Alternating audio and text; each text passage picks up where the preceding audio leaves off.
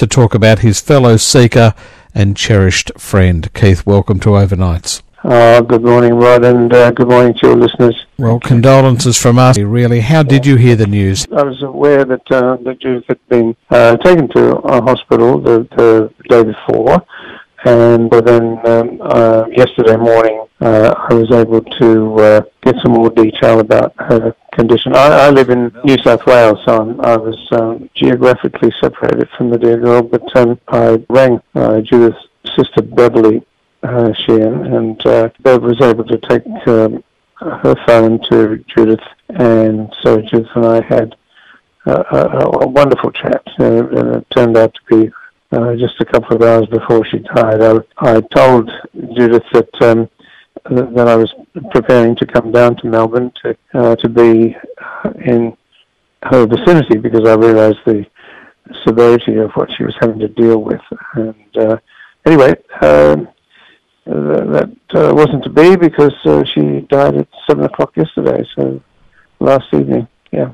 Are you able to share with us anything that she said to you? Oh, well, we said we loved each other, and how happy we had been as comrades in the group, and it was just a gorgeous conversation. And she was under some stress because of her condition. I mean, her condition is a bronchial one, and so consequently speaking was a challenge for her at that stage. So it was generally an extraordinarily emotional conversation for me, and luckily in the same fashion, Bruce Woodley and Nathal Guy were able to speak to Judith as well. So we all had our conversations with her, and it was the best way I can describe it, Rod, is that it was like a eulogy while the person was still alive, and that's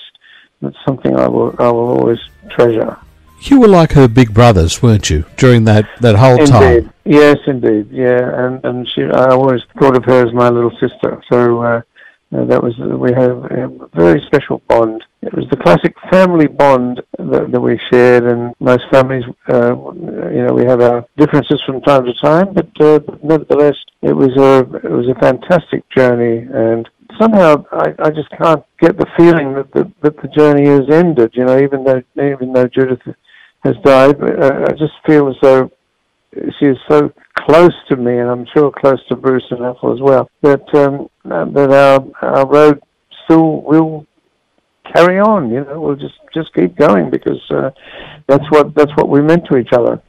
Take us back to the first time you heard her voice, and did you think, "Wow, this is the voice for us"? Well, certainly the first time I was aware of Judith was when she sat in with us at the Treble Clef in South Yarra, and that was in December 1962. So it is actually 60 years now since we sang as a group together. I was just absolutely knocked out with her voice, and also the way that she, well, let's say fitted in is probably the wrong word, but we sort of absorbed each other, I suppose, in the sense that it just felt comfortable that we were singing together. And even though Athel, Bruce and I had been the Seekers before, we had a fourth member, Ken Ray, who was in the group, and he left the group, and then Judith joined us. It just felt like it was a wonderful combination, and it was so relaxed, and I guess the thing was it had to be relaxed because this was pretty much a hobby for us at that stage, because we all had day jobs, so it was certainly nothing. As we're still remembering the Australian icon Judith Durham, actually every Australian of a certain age, to be honest, knows all the words to the Seekers songs. Actually, any gathering overseas will lead to the convoys of Morningtown Ride and probably Georgy and so many other songs of the Seekers. Perhaps Judith Durham's other works included those Life in Music and albums from around 1963 to 2012. Isn't as instantly well known, but she performed all her life, always with her hair in the same dark, long bob, straight cut across the fringe. Judith Mavis Durham Coke was born in around 1943, and she was a daughter of William Coke, a navigator and a World War II pathfinder, and his wife Hazel Durham. She went to Farran School and Robert, where she was a contemporary of an actor, Robin Nevin, before moving back to the Melbourne and attending a girls' school. Looking further through her biography, she attended and was intended to be a pianist and took an associate in music and the Australia degree in classical piano at the Melbourne Conservatorium of Music, studying under the concert pianist Professor Ronald Farren Price, a legend, of course, in the music industry. So Durham played the piano professionally while she was still a young lady, and actually starting at a ballet school. Then later, when she was 18, her singing career started when she actually asked if she could sing with a jazz band, and she realized she could sing with an audience that really was so enthusiastic and actually wanted in the way of the blues, gospel, the jazz standards of the 1920s and 30s. So that was the audience Judith first started singing in, and they really appreciated her art.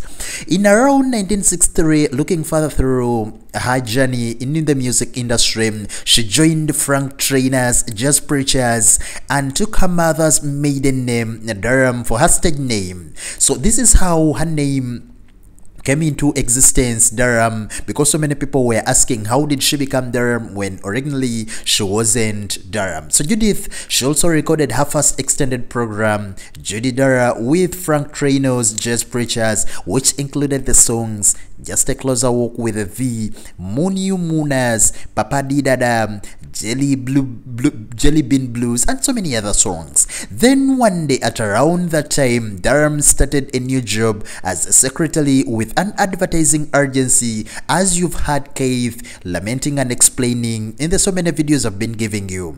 And on the first day, she met an account executive, by that time a one and only legend, Ether Guy, who by night was in a folk trio called The Seekers. Along with Guy were another gentleman, like you've heard him in the podcast I've given you in this video, Keith, the legend, and actually another advertising man, Bruce Woodley. Soon, Durham was a regular in their Monday night performances at a popular coffee lounge. Later, Potger in those days, Potger during those days, he was a producer on radio and he was still in the music part-time, so he wasn't doing it full-time. And so in his lunch hour, he made a demo tape of the group, which became the first album of the popular group we all love, we all cherish in this moment in time, The Seekers. Although Potger was not supposed to have a second job, so he didn't appear on the record's cover, and Durham also recorded 2 more songs with the Jazz Preachers, Muddy Water, and Trombone Frankie, a version of Bessie Smith's Trombone Chill. So later in around 1964, the group signed on to perform in London, and they had planned to come home after 10 weeks in Europe, but they got so many bookings and they had to stay on. So the rest is history. In this moment in time, we are sending our prayers to the family, friends, and everyone who really loved Judith Durham. R.I.P. the Queen, Judith.